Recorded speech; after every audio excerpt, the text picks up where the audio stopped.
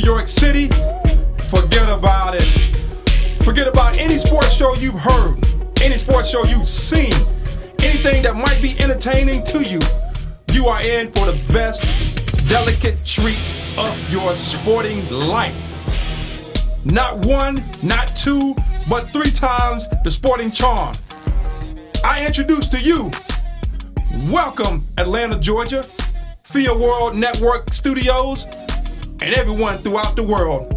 You are in tune to the all-new, brand new, altogether live, TrippleThreat Sport News Radio. Good evening to you here in Atlanta, Georgia. Introducing first, anything less than half court is considered a layup. This 3-point specialist, Mr. Bertrand Layler. What's up, sir? How you doing? Deion Sanders wasn't the only shutdown corner in the history of football. My brother from another mother, out of a hick town somewhere in the state of Georgia. If I can remember it, I can say it. But chances are, you don't remember neither. Mr. Corey Pitts, welcome to the show, my man. Thank you. Throw a 9 if you want to. All right, and my name is Reginald Dye, Mr. Grand Slam himself. TrippleThreat, we're gonna hit you from every angle. You wanna talk basketball? We got it. NFL, we got it. NHL, might be pushing it, but we got it.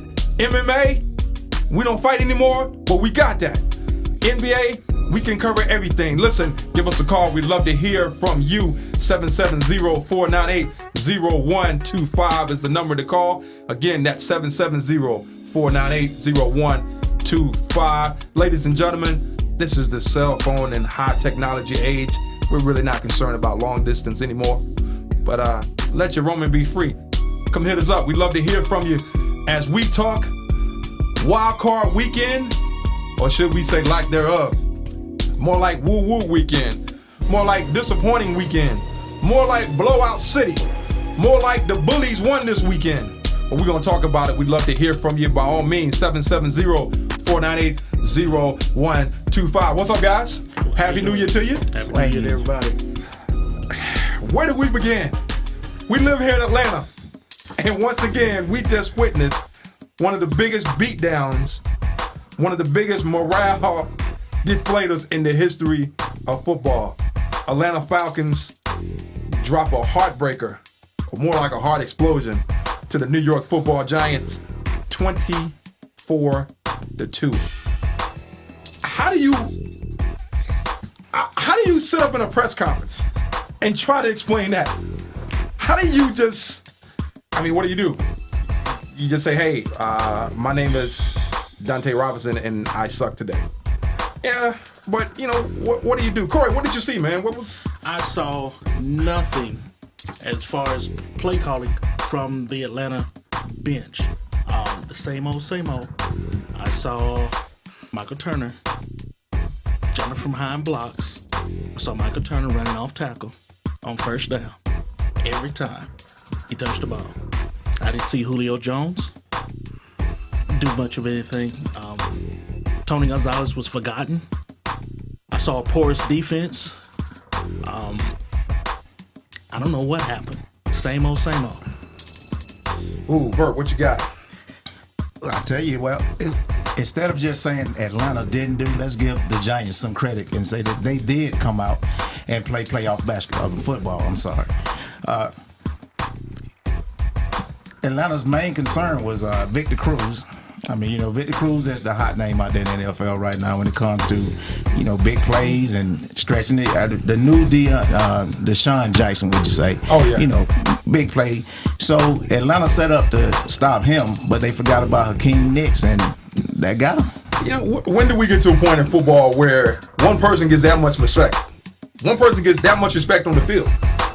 They were 7 in the box most of the game to try to contain Victor Cruz, but big shouts to the Giants. What they did, they just chipped away, a slant here, a screen pass here, a halfback dive there, and at some point the Falcons had to open up and contain the small runs that was taking place, and once that happened, it just backyard football all over again. Well, in my opinion, I think a lot of it had to do with the coaching and the setup of the players. You know, you tell me to line up somewhere, coach, and have this responsibility, and the Giants don't even come that way. You're telling me to respect Victor Cruz going deep, and you let Hakeem Nicks run down the heart of your defense for 74 yards and a score. Nobody's tackling. What happened? Wow, one thing about the second quarter, right at the beginning of the second quarter, you know, the Falcons wanted to be a little aggressive, wanted to step outside of the box a little bit, go for it on fourth down, and it didn't happen. Now, in defense of the Falcons, the ref gave them a bad spot as far as where they lined up the ball. But still, when it's 4th and inches, you're expected to get the first down. 4th and inches, you bring a receiver in motion, and you try to run a quarterback sneak. They don't even do that in Little League anymore. You're absolutely right. When you look at Matt Ryan today, what are you looking at? Everybody's up to the line. Why is anyone in the backfield? What are you turning around for? You're not going to check down on 4th and inches. You're not going to call an audible on 4th and inches.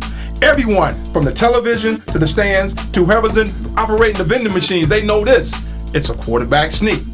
You got to get up, not have any second thoughts, and just as soon as that ball snapped, you got to drop right into the line and move forward and go right behind your blockers as everybody's falling down. You got to get in that pile and make sure you make it to the first down marker. It's as simple as that, but for some strange reason, after the Falcons' safety today, the momentum just shifted. It just shifted, and then the Giants was able to just take over from there. 19 first downs to the Falcons 14. Giants passed on first down 9 times. Well, 11 times compared to 9 by the Falcons. Total yards 442 to 247. And that's a big gap. Completion rate was about the same. Yards per pass, almost half. Compared to the Falcons and the Giants. And Giants 1-3 in the red zone. Falcons. Did we even see the red? Did we even see the red zone? I think you saw it once. You saw it once with 2:57 left in the game, and after that, you got a sack on 4th down, and your season was over. But it was over long before that. But that was just the pinnacle of the beat down itself. Bert, what you got? Right now, I'm at a loss for words. For lack of better words, it's same old Falcons. We can get there, but we can't go nowhere. Voted the worst sporting town in the nation, Atlanta, Georgia. 1 championship in over 4 years. And that comes in Major League Baseball. Braves won the World Series. Hey, moving right along. Like I said, man, every game was a bit of a disappointment. Today's Falcons, Giants, that was just horrible. But when you look at the Lions and the Saints, was it just me that really thought that the Lions had some bit of a chance? Oh no, you weren't the only one. When you look at Matthew Stafford and you look at Megatron himself, Calvin Johnson, catch anything, anywhere. Big, strong, fast. He can't be a human being. He's a robot wrapped in flesh. 45-28 was the score. To all the Who-Dats out there, congratulations. The Saints move on. Drew Brees, 466 yards, 3 touchdowns. That's just sick. That's just sick. To a team that's averaging 40 points a game, that's arena football numbers. And they're doing it with ease. And it makes you wonder just how good their defense is. Oh, well, from the stats, everybody's saying that they don't have the vaunted defense that they did when they won the Super Bowl. But if you look at it, the defense is doing just enough of a good job to get off the field and put Drew Brees and the offense back on the field, which is literally their best defense. They come out and they shoot and they shoot and they shoot and they score. Then that takes the other offense out of a running game, and they're having to get into a shootout as well. When you look at this game yesterday, and you look at Detroit was 4 for 4 in the red zone. 380 yards passing, 28 of 43 completions to attempts. Compared to the Saints, when you look at Detroit, they played a pretty decent game. So we have to ask ourselves, just how good is this Saints team? We know they're not overhyped. We know they're not overrated. But if Detroit can put up those numbers and still lose by a large margin, just how good is this Saints team? I tell you, I mean, you look at it. Drew Brees broke Dan Marino's passing record. Sproles, total yard, he broke the record. I mean, they call him the record-setting Saints. You don't do that for 16 games and then all of a sudden come out and, hey, you know what? We just been lucky for 16 weeks and, you know, we can't do it. So when you're saying, did Detroit have a chance? Yeah, they did. But the thing about it is, they had to score. And when you don't score, the Saints are going to score. And that's all it is. It's like, hey, we score, they score, score's tied. We score, they score, scores. Oh, we didn't score. Saints still going to score. And that's what happened. Wow, this team is a force to be reckoned with. And next week they go to San Francisco, the rugged, rough terrain of Candlestick Park. You know, a lot of us, the three of us, we're product from the 70s and 80s. So we remember those San Francisco teams, remember how bad the field was, and nothing much has changed. They even turn the power out when they need to on Monday Night Football. Yeah. So you have this high explosive offense against the number one defense in the NFL. Something's got to give. You got to ask yourself, what is San Fran's, what's their game plan? Do they put 8 in the box? You can't.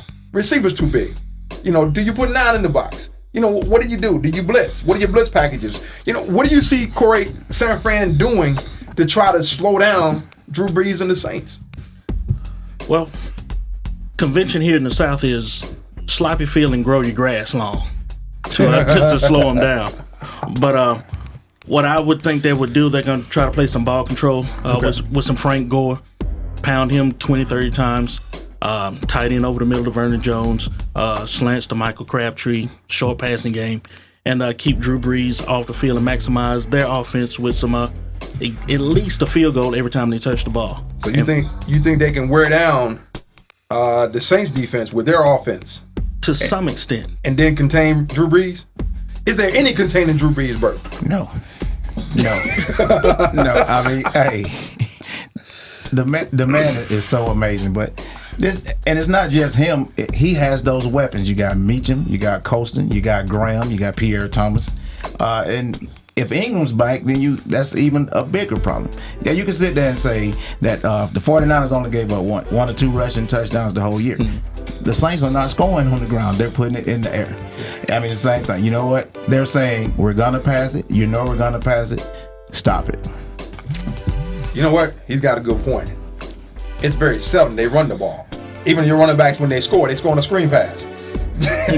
So it's very seldom that they have a high-powered running game. But the thing about the Saints is you have those big receivers, and Drew's having that 1-2 step drop, and he's just tossing it. And they're right there. They're running their routes effectively, tight and sharp, and they're right there to catch the ball. And you got to ask yourself, is San Fran, is their secondary? Deion Sanders is not back there. You know, Merlin Hanks is not back there. So you gotta ask yourself, is their secondary that good to the point where they stop those receivers like everybody else, with the exception of a couple of teams? No, but you have to see what happens. Congrats to the Saints again for a big win yesterday against the Detroit Lions. It's got to be tough for Detroit, but it's good to see them back in the playoffs making some noise. So, the outlook on next year for the Detroit Lions has got to be real good. It's Matthew Stafford, Megatron, and company. Their defense kind of disappointed me yesterday. I thought with Nick Fairley and Ndamukong Suh that they can get to Drew Brees a whole lot easier than some of the other guys. The rough and rugged aggression that Ndamukong Suh brings to the game, we didn't see much of that yesterday. I don't know if it's because he's had to tone down because of all the mishaps he's had throughout the season, or he just didn't show up, or he's just not playoff ready. The team as a whole is not playoff ready. So that could be a factor. But you got to ask this. The Saints are going from the dome to the outside.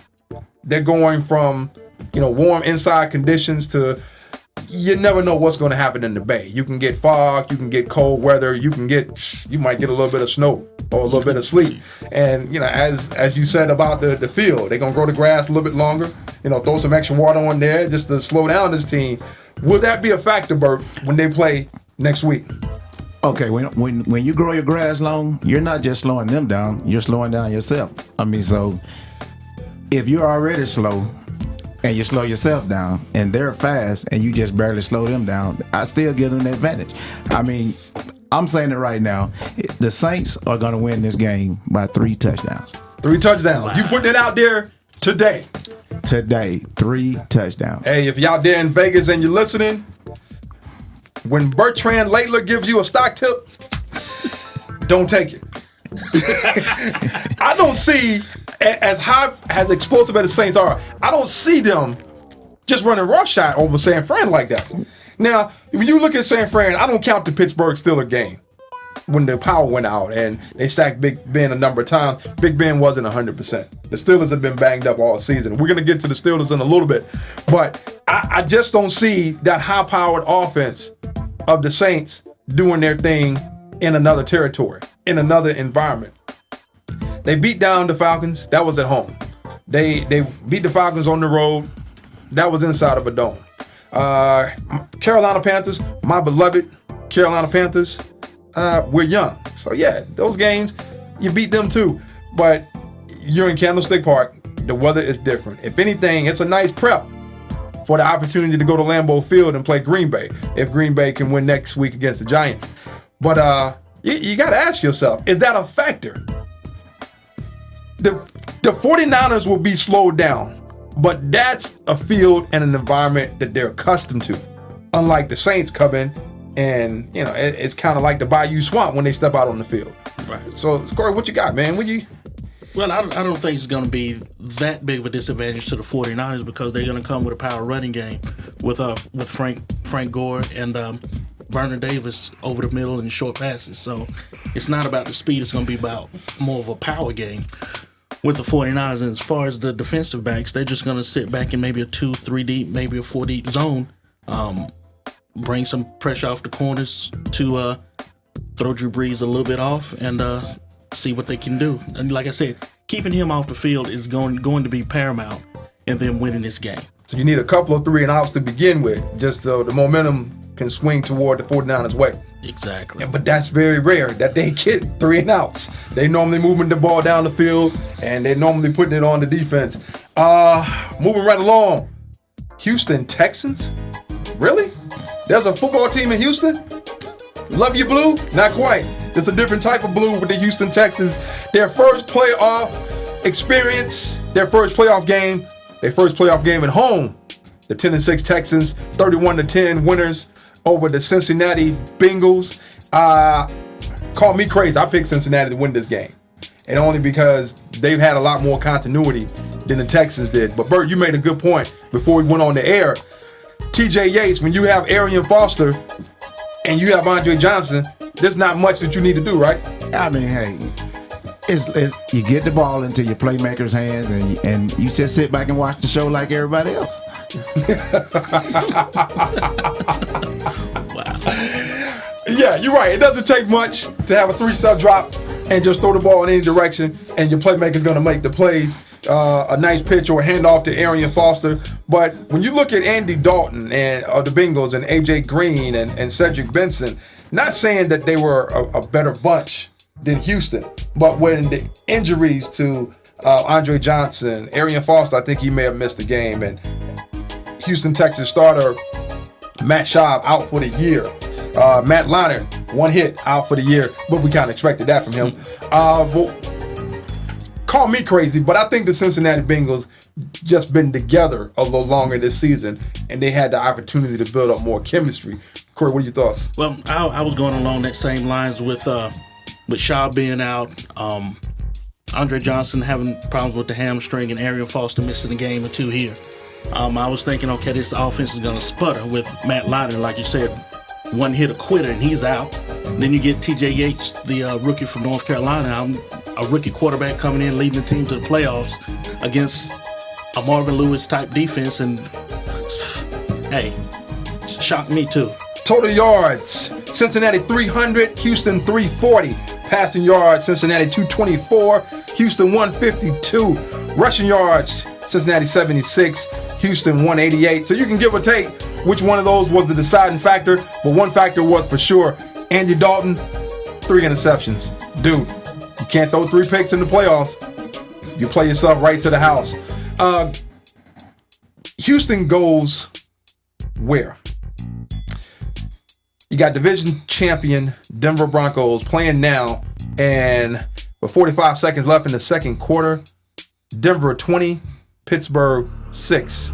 And when we come back, Hey, we're going to touch on this a little bit more. We want to hear from you, 770-498-0125. Going to talk a little NBA. 66 game season. Is it a sprint or a marathon?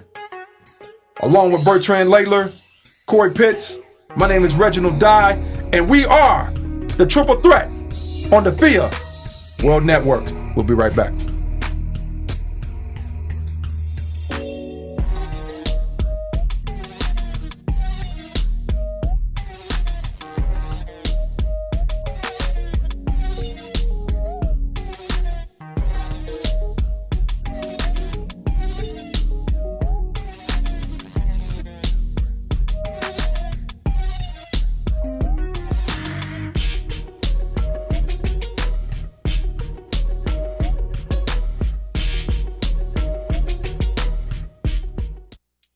FIA Broadcasting Network is now seeking talk shows covering the following subject matter: sports, economy, school and education, cars from antiques to repairs, love and life issues, and finally, music and entertainment. Got a show or an idea? Give us a call at area code 770-498-0125. That's area code 770-498-0125.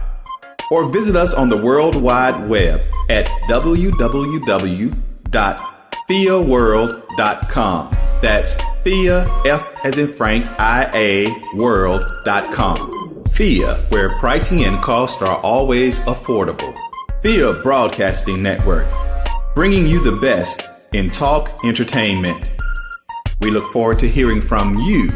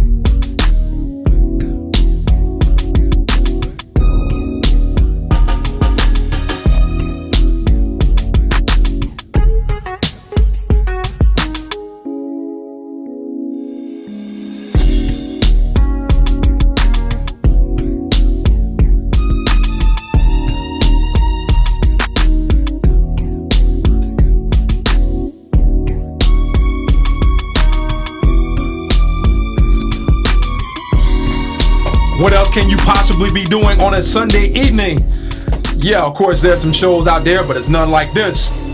Not once, not twice, but 3 times the Sports Groove. The Triple Threat is live and direct on the Field World Network with the shutdown corner, Corey Pitts. I'll make a tackle. The 3-point specialist, Bertrand Laitler. Bums away. Lakeland, Florida's finest, and here from South Carolina, Mr. Grand Slam himself. My name is Reginald Dye, and we form the Triple Threat here on the Field World Network. 770-498-0125 is the number to call. 770-498-0125. Our voice chatters, but your voice matters. We'd love to hear from you. Hey, we touched on the NFL and the wild card that wasn't so wild. But the Denver Broncos is making some noise. Now, what do we do? Is Denver that good, or are the Pittsburgh Steelers that banged up? I think they're banged up pretty bad with Pouncey out, being not at 100%. Mendenhall, which is 100, I would say 100% of their running, and Broncos. Plus with the Broncos running an unconventional offense that their defense is not used to seeing every week in and week out. A little confused right now. Tim Tebow is something you really can't prepare for. He doesn't have any structure, no mechanics. He's just got strength, faith, and the will to win. I mean, let's look at it like this. Everyone, okay, you're saying Pouncey is out, Mendenhall, Ben's not 100%. What you're forgetting is Denver has a defense. You can't discredit Champ Bailey, Von Miller. Defense wins championships, offense fills seats, plain and simple. Tebow, the name has been out there for the last 6 years now, including when he was back at the great University of Florida. But anyway, so he has a defense that can cover for some of his mistakes, which he makes mistakes. They make turnovers. The defense say, okay, that's all right. We got you. And everybody has seen since Tebow took over for Orton, if you allow Denver enough opportunities, they managed to get the ball down the field and put some points on the board. And the defense are not giving up that many. Wow. When you look at the Steelers, walking mass unit, center Pouncey, out. Running back Mendenhall, out. Safety Ryan Clark, out. But big shouts to Mike Tomlin and the coaching staff of the Steelers. Ryan Clark has sickle cell, and he has a sickle cell trait. That high altitude would just tear him to pieces. Tough call, but the right call. And I know you guys agree with me. Big Ben banged up. He's been banged up all season. But we're not talking about players when we talk about the Steelers. We talk about a system, right? Okay. So with the defense of the Broncos being that good, when you have a system like the Steelers, they have what it takes to stay on the field, to keep Denver's defense on the field long enough to the point where you can wear them down, and by the fourth quarter you can make a move, make a run, and you're back in the game. If not, still a win from Invesco Field in Denver. Well, here's the thing that a lot of people are forgetting about. When you think of the Steelers, you're thinking of line up 2 tight ends running at you. Now they're kind of morphed into a team where Big Ben stands back in the shotgun and he's throwing it all over the field. So you're having to cover the whole field instead of focusing on stopping a running game. Now, not to say that they won't pound it inside to keep you honest if you don't put 7, 8 in the box. But the culture in Pittsburgh is kind of morphing just a little bit. So if Denver's not on their game, if Champ's not paying attention, he's going to get burnt. Okay, but he has Mike Wallace. Why wouldn't that offense morph just a little bit? If you got somebody that really there's no one on defense that can bump and run with him and be within 7 yards if Ben puts it up the field. So you telling me that Mike Wallace is unstoppable against this Broncos defense? That's not what I said. I'm just making sure. I said there's no one that's going to get on the line of scrimmage with him and try to play bump and run without safety help over the top and be within 7 yards of that man on a 5-step drop and Ben letting it go up the field. But Champ Bailey is one of the best corners in the league. You think he won't line up against him and jam him? We didn't listen. If Champ lines up on Wallace and he bumps, but Wallace stays in bounds and now it's a foot race, he will leave Champ Bailey as well as anyone else. Well, hey, this game is in progress. Broncos up 20-6 at the half, if we're not mistaken. It's a surprise. I thought Pittsburgh would, even though they're banged up, because they have such chemistry in all their systems. If Big Ben really can't go, then there's Charlie Batch. If Mendenhall can't go, you got other players. And I just really thought that this game would be a little bit closer than it is thus far. But it's halftime. There's another half of ball to be played, and we'll just see what happens. We'll see what takes place. Hey, the NBA is back. Lockout? Really? Guys, you make too much money for that. Try coming out here and working some of these shifts. Try going to Waffle House. Work a shift there. Smothered and covered. Try going to McDonald's. 2 large beef patties, special sauce, lettuce, cheese, pickles, onion, and sesame seed bun. Try that. But we digress. And we move on. We welcome back the NBA. 66 game season compared to 82 games of the previous seasons. The format is a little different. They had to make some adjustments. Got a lot of teams that's up and out of the gate that's just playing real great for now. But again, I mean, it's only 8-9 games in. I think one of my surprises, Bert, has been the Miami Heat. Yeah, LeBron, we ain't forgot about you. They really come out the gate, big win over the Dallas Mavericks on Christmas Day. But we're talking about a Dallas Mavericks team that's just entirely different from their championship run of the previous season. They've definitely been a surprise to me. If I've had to pick, someone that's under the radar within the East, it would have to be the hometown Atlanta Hawks. No Jamal Crawford, still no big man. You're really depending on Al Horford to get it done at 6'9", and he's going against 7-footers every day, all day, every night, all night. So they've been my under the radar pick, if you will. But favorite, I still like the Boston Celtics. Yeah, they're older. This is probably their last run. But in a shortened season like this, they strike me as that team that can sandbag and just say, okay, we'll take a few losses here and there. We'll rest a couple of players here and there. We'll take that 7 seed, even the 8 seed, because we know we have what it takes to knock out anybody in the East and just move right along. Well, when you say the Boston Celtics, the thing that comes to mind with me when you say the Boston Celtics is 2 letters, plain and simple: KP, Kendrick Perkins. Now, you can say they sandbag.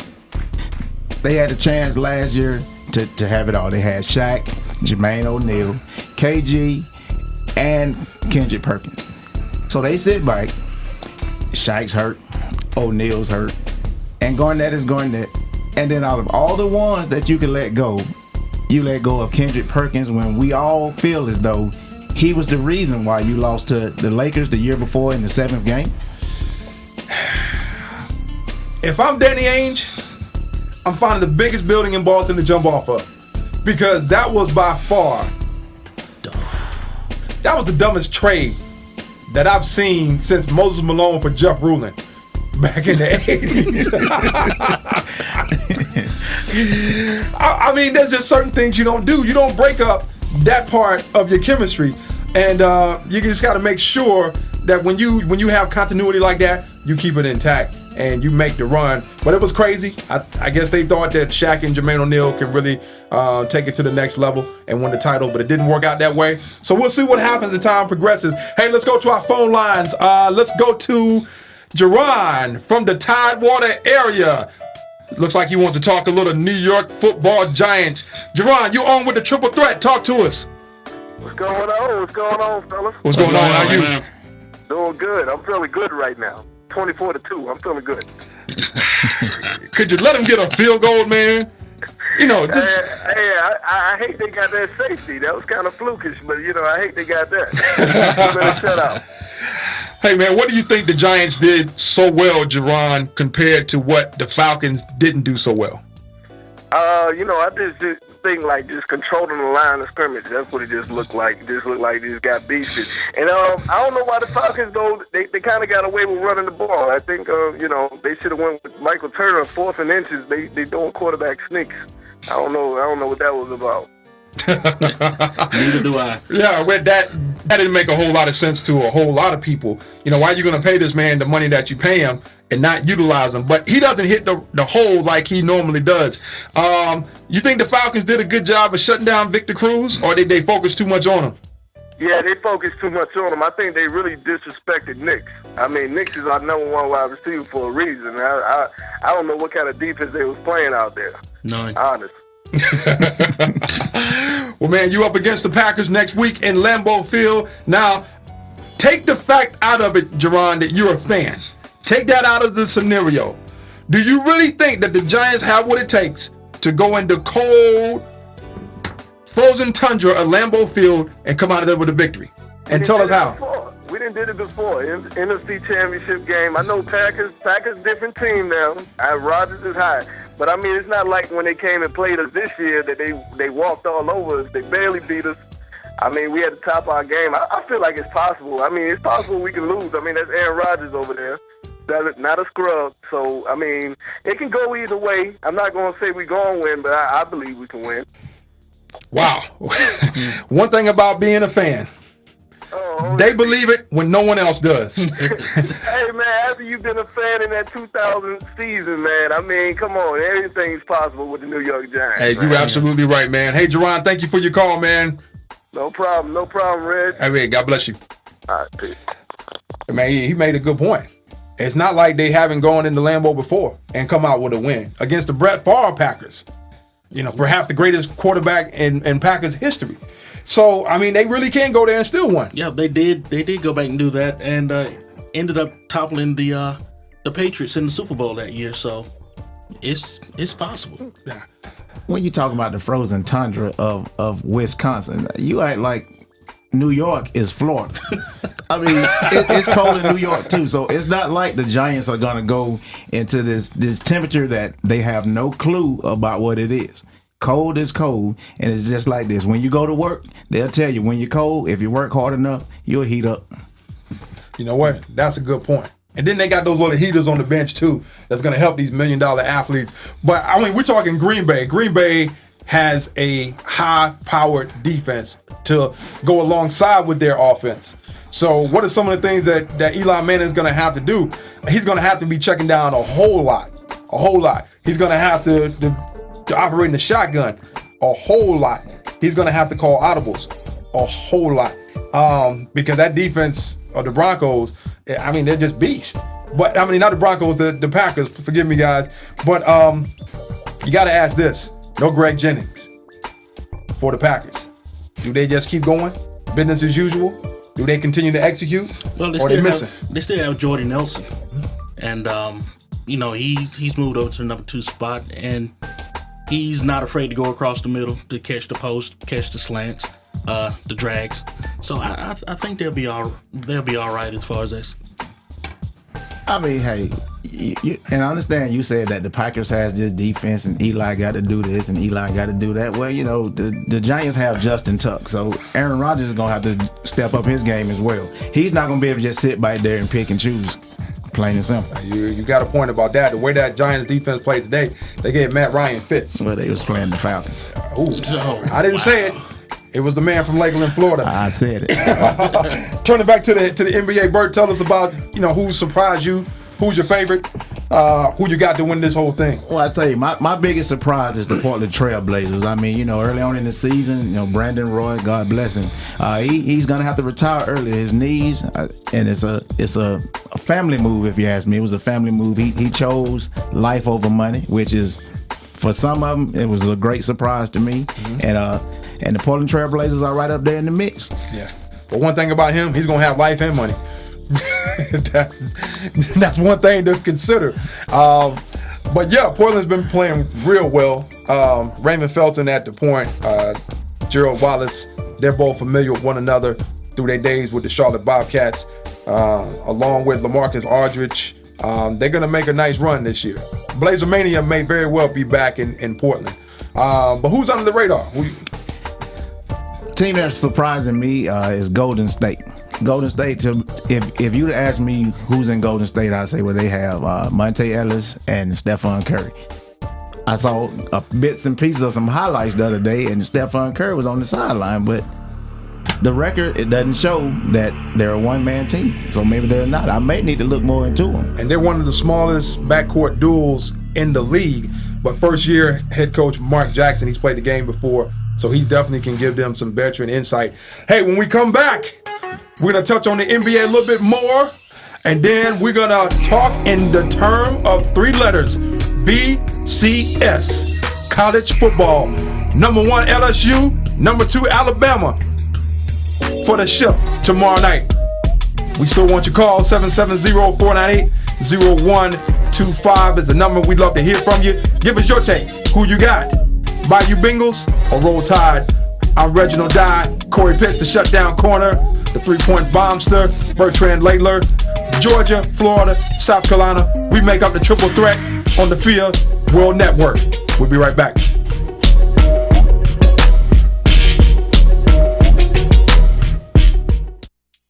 FIA Broadcasting Network is now seeking talk shows covering the following subject matter: sports, economy, school and education, cars from antiques to repairs, love and life issues, and finally, music and entertainment. Got a show or an idea? Give us a call at area code 770-498-0125. That's area code 770-498-0125. Or visit us on the World Wide Web at www.fiaworld.com. That's FIA, F as in Frank, IA, world.com. FIA, where pricing and cost are always affordable. FIA Broadcasting Network, bringing you the best in talk entertainment. We look forward to hearing from you.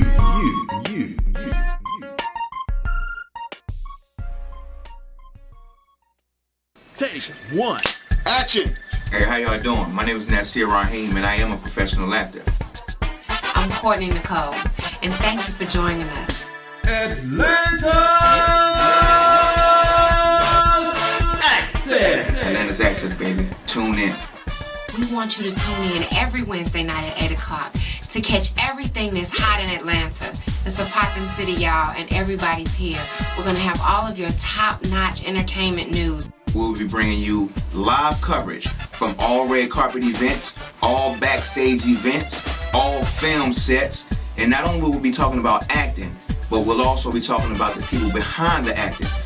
We'll have all the audition tips you need, from the indies to the box office, from Atlanta to Hollywood, and from us to you. You're gonna love it. You're gonna. Hey, you need to send in your reels to atlantasaccess@yahoo.com. Atlanta's Access, baby. Tune in. Let you know what's really going on with the acting game in the ATL and beyond, where we talk real talk, REEL. REEL, y'all. Tune in. Catch you on Wednesday nights at 8.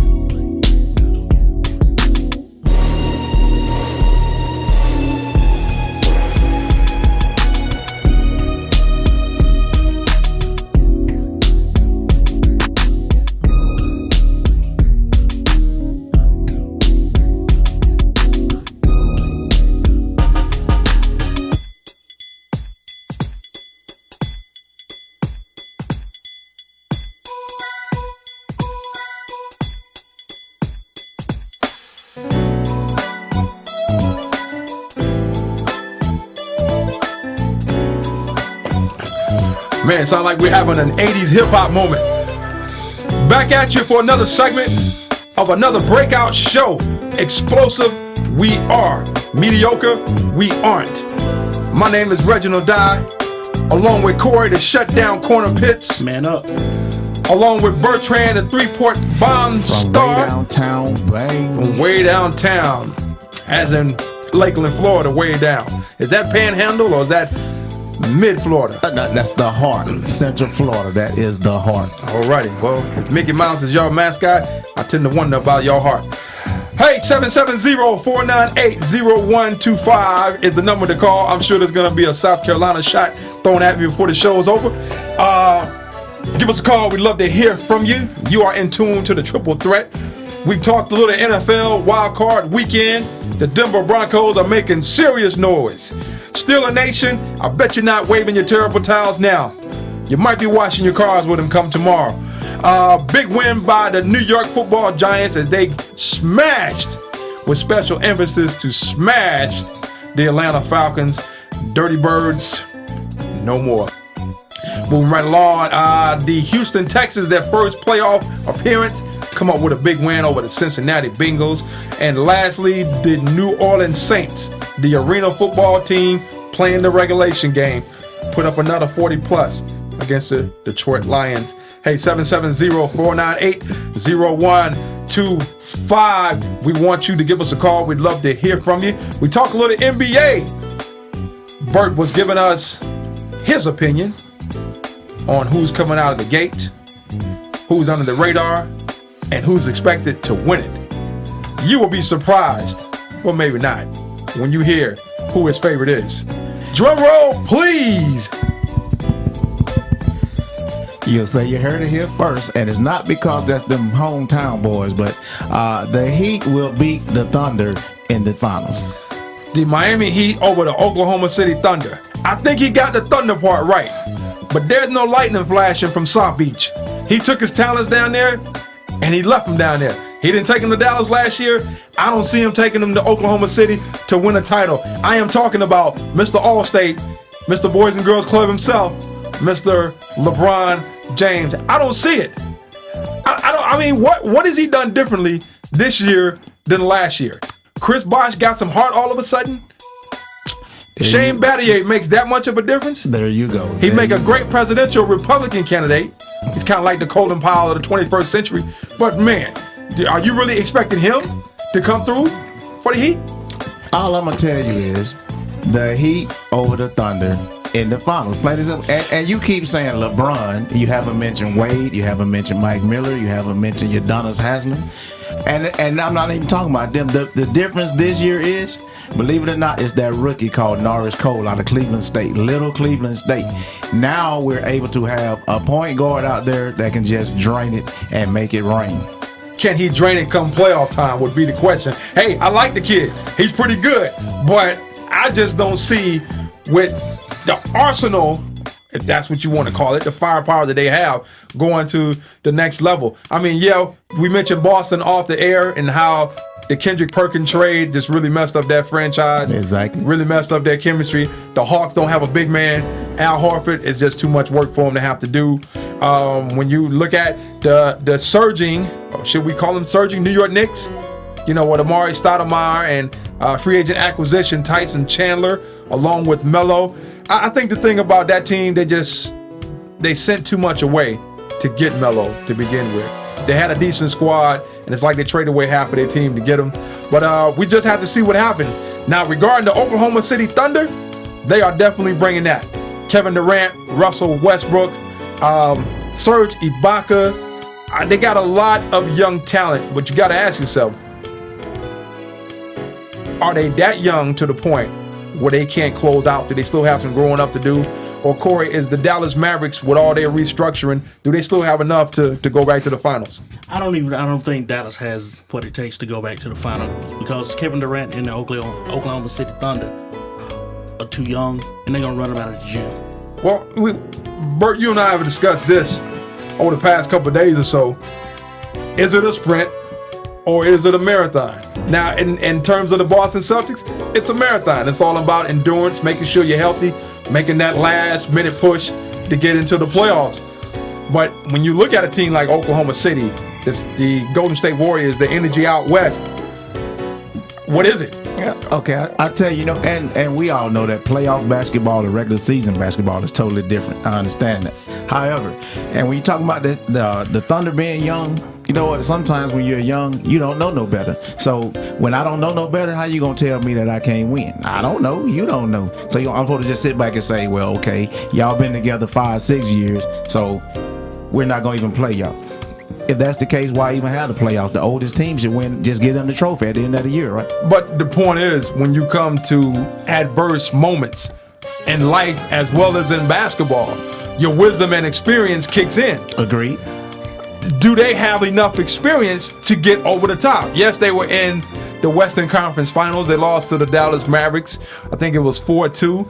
But I will say this. I don't think there's anything coming out of the West that can stop them, even though the Clippers are going to make a hard run with their experience starting five.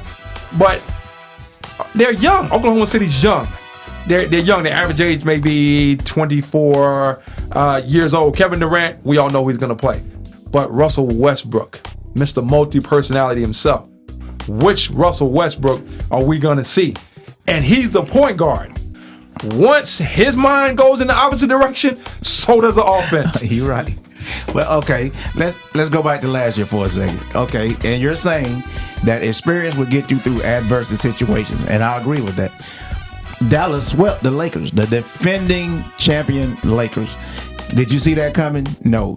So it's a lot of things you don't see. You don't see LeBron getting better. You don't see Miami doing this. You didn't see Dallas. So I understand we're on the radio, but can you even see? Can't say. Wow. That shot I was talking about earlier, he just threw it. But look at the Knicks. They've gotten better with their front line. No, they're not Bird, Parrish, and McHale of the 80s, but they're a decent front line. Baron Davis becomes healthy. You don't think they can compete with the Heat? Baron Davis' best days are way behind him. Way behind or slightly behind? Way behind him. Oh, man. When the last time Baron Davis even really made some noise? Go ahead, I'll wait. Golden State Warriors, 2006, 2007. Come on, man. He got traded. Well, he signed with the Clippers back in 2007, traded to the Cavaliers last year. Come on, man. Before Chris Paul became a Clipper, we all know what Clipperland was about.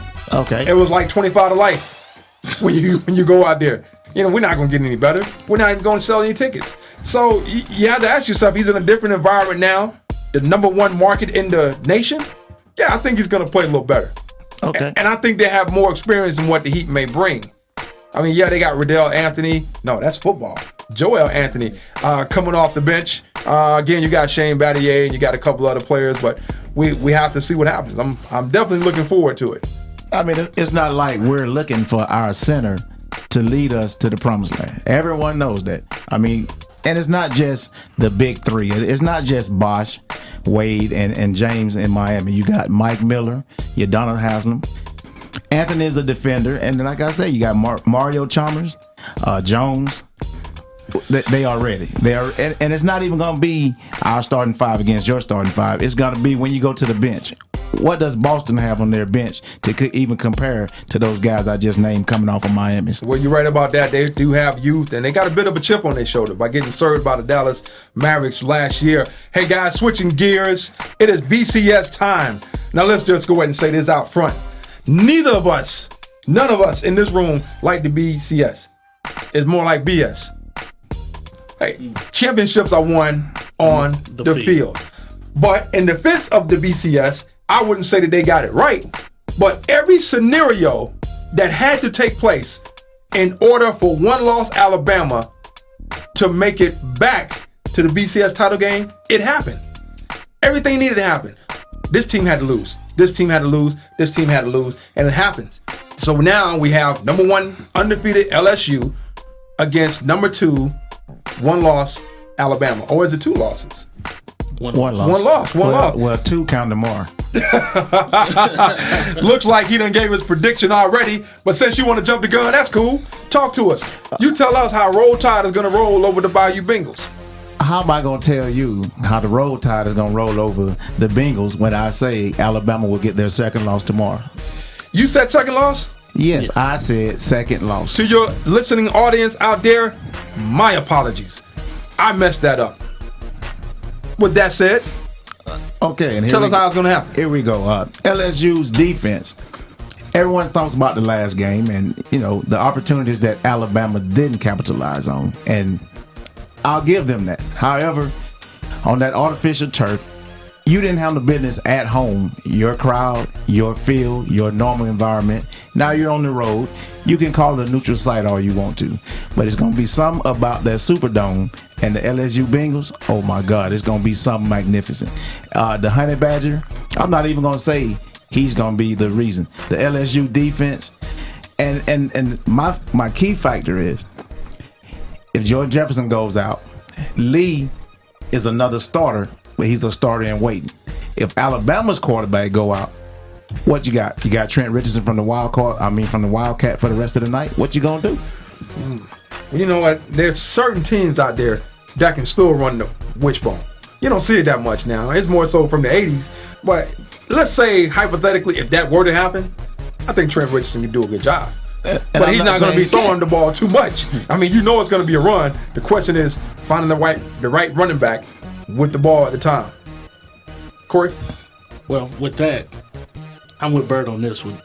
LSU, the thing that gets me, LSU was not even supposed to be in this year. This is supposed to be in Alabama's year. LSU's not supposed to top out until next season. But them kids put it together and they coming out the gate this year. So Alabama had a chance, but they didn't capitalize. They didn't take care of. They didn't kick when they needed to kick. They didn't tackle. They didn't stop LSU. This time, LSU's in their home state. People are gonna be there. All they have to do, fan out 4 wide, go man to man if you want. Man, they're gonna be unstoppable. LSU by 14. By 14. Wow. 2 touchdowns. Wow. 14. That's saying a whole lot. That's saying a whole lot. You got a score? No, I think that's further out than me saying the Saints by 21. Ain't it? I see them winning the game. It won't be overtime this time. It won't be a game of field goals. 14-10. 14-10. I would say that I hate to go against my teammates here, but I really don't. I actually like to go against them. Roll Tide all the way. At least a touchdown. Let me tell you why. Give me a score. Don't just say a touchdown. Give me a score since you're so smart. All right, I give you a score, 14-7. Alabama. Now, come on. We're talking about 2 great defenses. That's why we had the score that we had in the last game.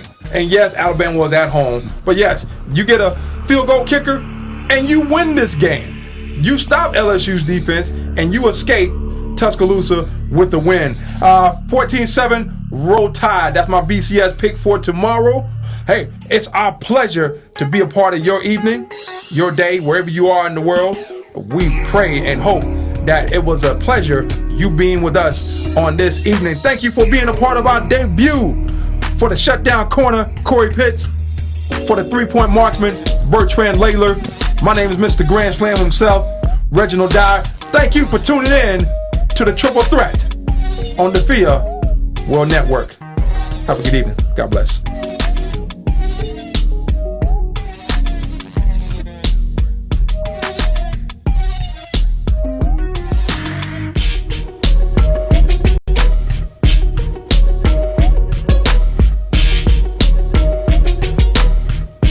You're listening to the FIA Broadcasting Network.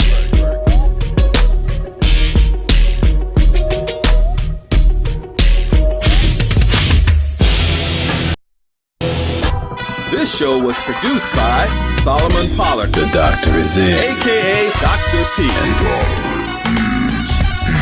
Music and production arrangements by Dr. P and the Atlanta Sub Factor. God is good all the time.